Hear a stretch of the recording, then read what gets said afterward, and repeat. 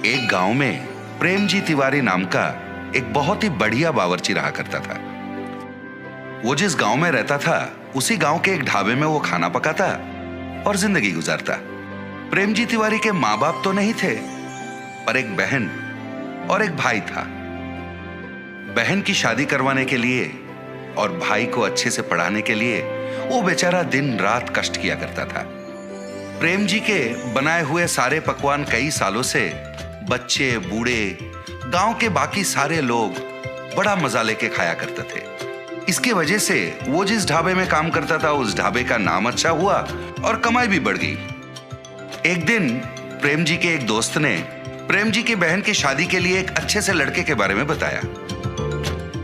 ये सुनकर प्रेम जी ने सोचा ये शादी तो किसी भी तरह करवानी पड़ेगी, चाहे उधार लेना पड़े, पर बहन की शादी होनी चाहिए। इसलिए वो गांव के जमींदार के पास गया और सूद पर रुपए लेके उसने शादी करवा दी। अपनी बहन की शादी में प्रेम जी ने खुद अपने हाथों से बढ़िया खाना बनाया था। सारे अतिथिगण खाना खा के मुग्ध हो गए। अरे वाह प्रेम जी, तुम्हारे हाथों में तो जादू है भैया। खाना तो तुमने बढ़िया पकाया है भाई। उसी शादी में लड़कों की तरफ से रामलाल नाम का एक आदमी आया था। खाना खा के उसे बहुत पसंद आया तो उसने कहा, प्रेम जी भाई, लंदन में मेरा एक रेस्टोरेंट है, क्या तुम लंदन आके मेरे रेस्टोरेंट में कुक के काम करोगे? ये सुनकर प्रेम जी भाई को याद आया कि उसके भाई को पढ़ाना है, उसका कुछ उधारी भी है। इन सबको छोड़ के लंदन जाना उसके लिए नामुमकिन था, तो उसने इस मौके को जाने दिया। दिन गुजरने लगे, उधार का भार बढ़ने लगा और पूरी तनख्वाह तो ब्याज भरने में निकल जाती थी।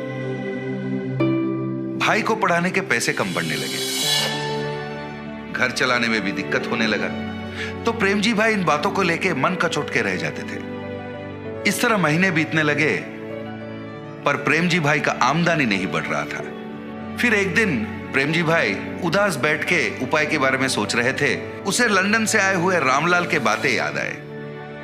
अरे उसने तो मुझे रेस्टोरेंट में काम करने का मौका दिया था, ये बात मैं कैसे भूल गया। ये सोचकर वो रामलाल से मिलने चला।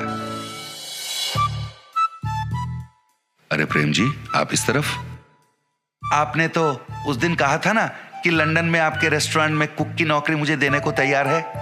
अभी भी क्या वो नौकरी मुझे देंगे? अरे वाह, बढ़िया है, आखिर आपने मेरी बात मान ही ली। जरूर मौका मिलेगा। मैं एक हफ्ते में वहां जा रहा हूं। मेरा बेटा आपके लंदन आने तक के सारे इंतजाम खुद देखेगा, ठीक है? फिर जब रामलाल वापस लंदन चले गए थे, रामलाल के बेटे ने प्रेम जी का लंदन जाने तक का पूरा इंतजाम 1 महीने के अंदर कर दिया। प्रेम जी ने उससे कहा, बहुत बहुत धन्यवाद बेटा, आप बिल्कुल चिंता मत कीजिए, यहां हम सब हैं ना। आप आराम से लंदन जाइए, वहां अच्छे से पैसे कमाइए और अपनी पूरी उधारी चुका लीजिए। अपने भाई को अच्छे से पढ़ाइए। अगले 10 दिन में लंदन जाने की आपकी फ्लाइट है। इस तरह उसने प्रेम जी को समझाया और उसे लंदन भेज दिया। प्रेम जी लंदन में स्थित रामलाल के इंडियन रेस्टोरेंट में अपना रसोइये का काम शुरू कर दिया।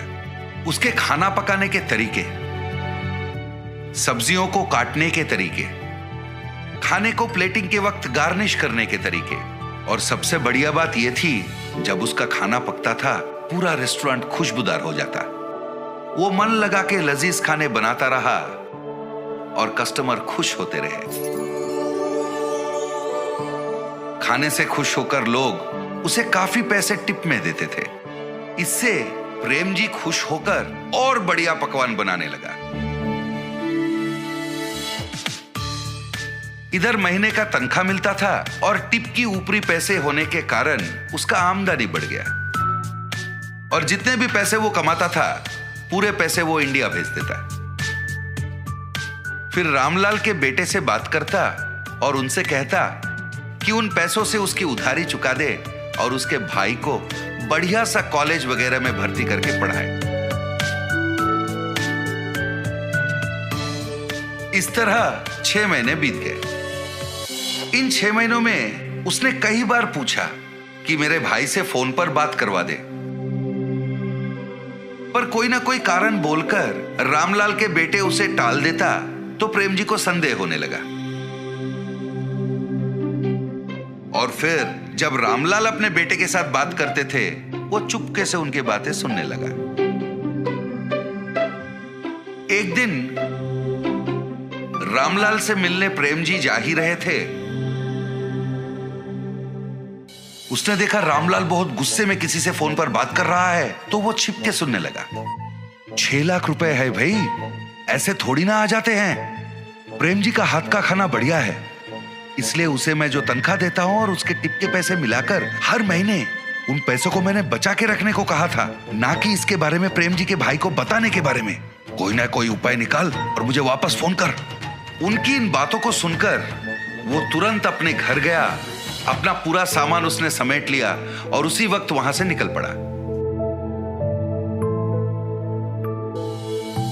मैंने इन पे अंधविश्वास किया था और काम करने विदेश तक आ पहुंचा। 1 रुपए मेरा पैसा मैंने नहीं बचा, पूरा पैसा इनको सौंप दिया। पता नहीं उधर मेरे भाई और बहन किस हालत में हैं। पता नहीं मेरा सूद कितना बढ़ गया है। मुझे विश्वास नहीं हो रहा है कि अपने कुकर्मों के लिए इन लोगों ने मुझे वहां से यहां तक ले आया। वो बेचारा रास्ते के एक किनारे बैठकर दुखी हो रहा था। हे भगवान, अब तुम्हारा ही भरोसा है, तुम ही कोई रास्ता निकाल दो भगवान। वो बेचारा कुछ देर वहीं पर भगवान का स्मरण करते बैठा। अचानक से नील रंग के धुआं के बीच में से श्री कृष्ण पधारे। उन्होंने एक बालक का रूप धारण किया। फिर वहीं पर उन्होंने एक फूड स्टॉल को अपने माया से बनवाया और आके प्रेम जी के पास बैठ गए। अंकल, क्या ये फूड स्टॉल आपका है? मुझे बहुत भूख लग रहा है, कुछ पका के खिलाओगे? मैं पैसे भी दूंगा। वो आके प्रेम जी से बातें करने लगे, पर प्रेम जी को तो पता था वो फूड स्टॉल प्रेम जी का तो था ही नहीं। पर कहीं उस बालक को देखकर प्रेम जी को बिछड़ा हुआ अपना भाई याद आया। पता नहीं उसके मन में क्या हुआ। वो उठा और उस फूड स्टॉल की तरफ बढ़ गया। फिर वहां रखे हुए सारे चीजों को देख के सोचने लगा, इसके खाने के लिए क्या पकाऊं? प्रेम जी ने फिर अपनी नजर इधर उधर दौड़ाई तो उसने देखा खाने के कई चीज रखे हुए थे।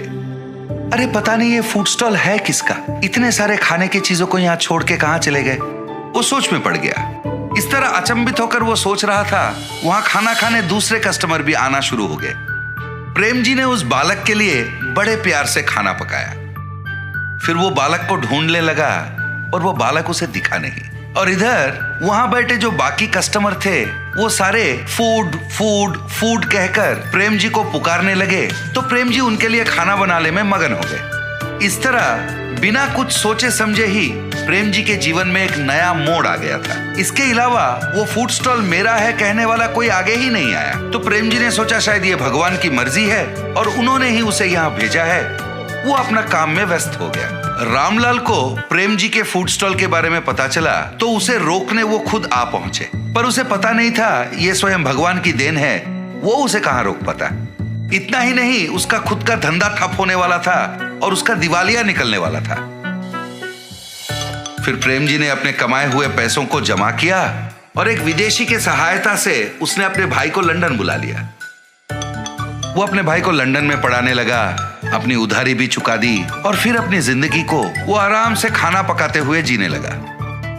प्रेम जी अगर रामलाल और उसके बेटे की बातें नहीं सुनता, पार्क में उस बालक की बात मानकर अगर वो फूड स्टॉल में नहीं जाता, तो शायद आज वो अपने भाई बहन के साथ इतनी खुशी खुशी जिंदगी नहीं बिता सकता।